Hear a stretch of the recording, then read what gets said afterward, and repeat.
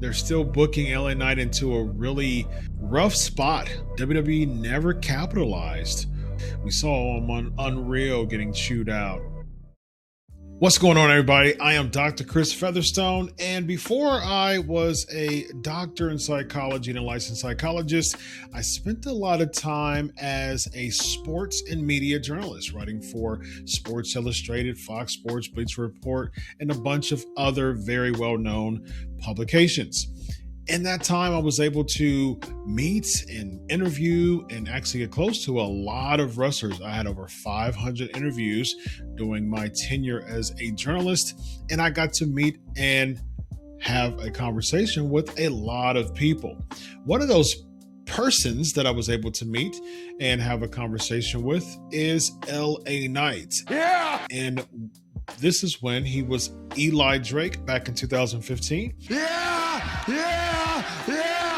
And at that time, he talked a lot about his time with Paul Bearer, his tryouts in 2011, actually being at SummerSlam and at SmackDown and Raw, and it not working out. Interesting enough, he had an opportunity to come back as LA Knight, and he was recently interviewed by Chris Van Vliet and had an opportunity to really talk about when he was LA Knight and when he was with Maximum Male Models and having all that time. And it's interesting when it comes to how I was able to interview and actually meet Eli Drake at the time, now LA Knight. So a friend of mine who I ended up working with for a while and actually was the co-host of my Pancakes and Power Slam show for a number of years, shout out to Derek.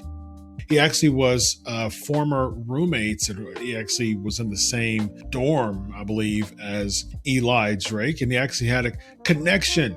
So back in 2015, I was interviewing wrestlers every single week on my Pancakes and Power Slam show, and I actually reached out to my guy Derek for a connection to reach out to Eli Drake. At that time, he wasn't doing a lot of interviews.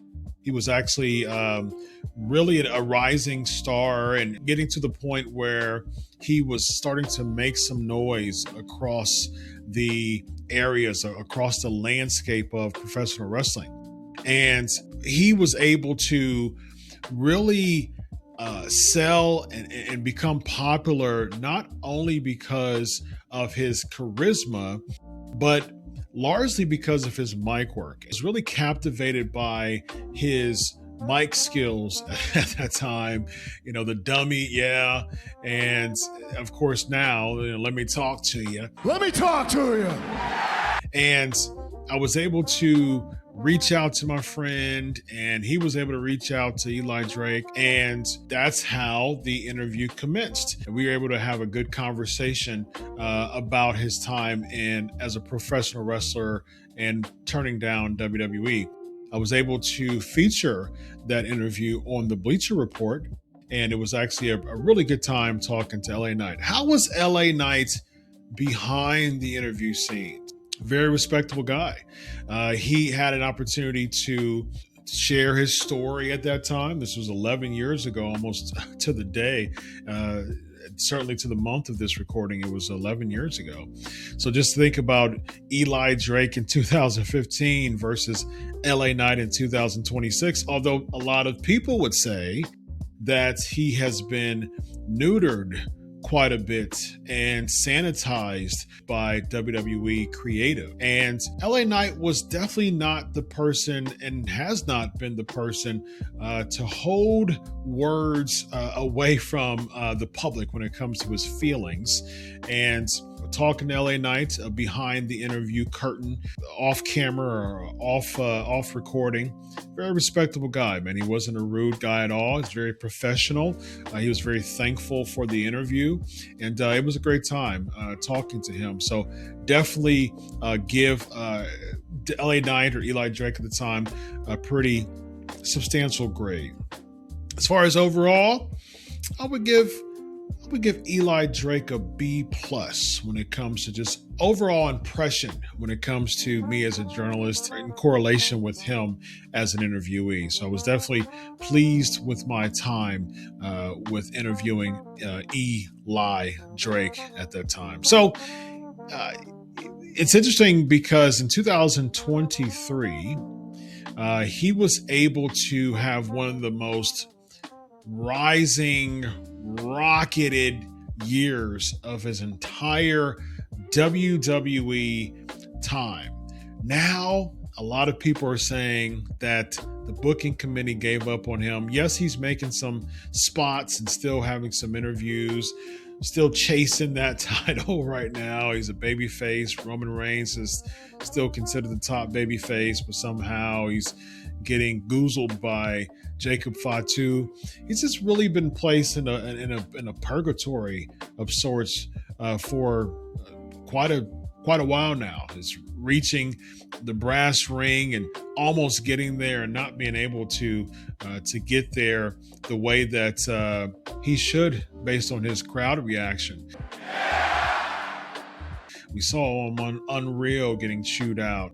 We saw opportunities where he almost won or almost came to close calls. But unfortunately, what they're doing with LA Knight isn't the way that a lot of the fans would like for him to be booked, especially based on the reaction. I remember when I was able to be a part of a media scrum, a part of a post-show conference at SummerSlam in 2023. And I was able to see LA Knight because he won the Slim Jim Battle Royal at the time, and they just threw him somewhere. But I remember being at SummerSlam doing media, and like so many people waiting in the crowd. There was just a sea of LA Knight t-shirts, people wearing different types of LA Knight t-shirts. He was red hot in 2023. But unfortunately, WWE never capitalized on that momentum that he was having around that time. And 3 years later, we see him in this spot. Yes, a U.S. title run, but still hasn't been able to reach that world title status, although still having a pretty good reaction. So overall, unfortunately, they're still booking LA Knight into a really rough spot. But I will say that I was blessed to interview LA Knight 11 years ago when he was Eli Drake, and I was very impressed at my time talking to him and interviewing him. Very professional guy. Again, B+. I did mention that I was able to be a part of a post-show conference of SummerSlam 2023, where LA Knight was one of the wrestlers who was a part of that. And to know more about how I was able to get picked to be one of the select few in the post-show conference of that SummerSlam, click on the link on the screen.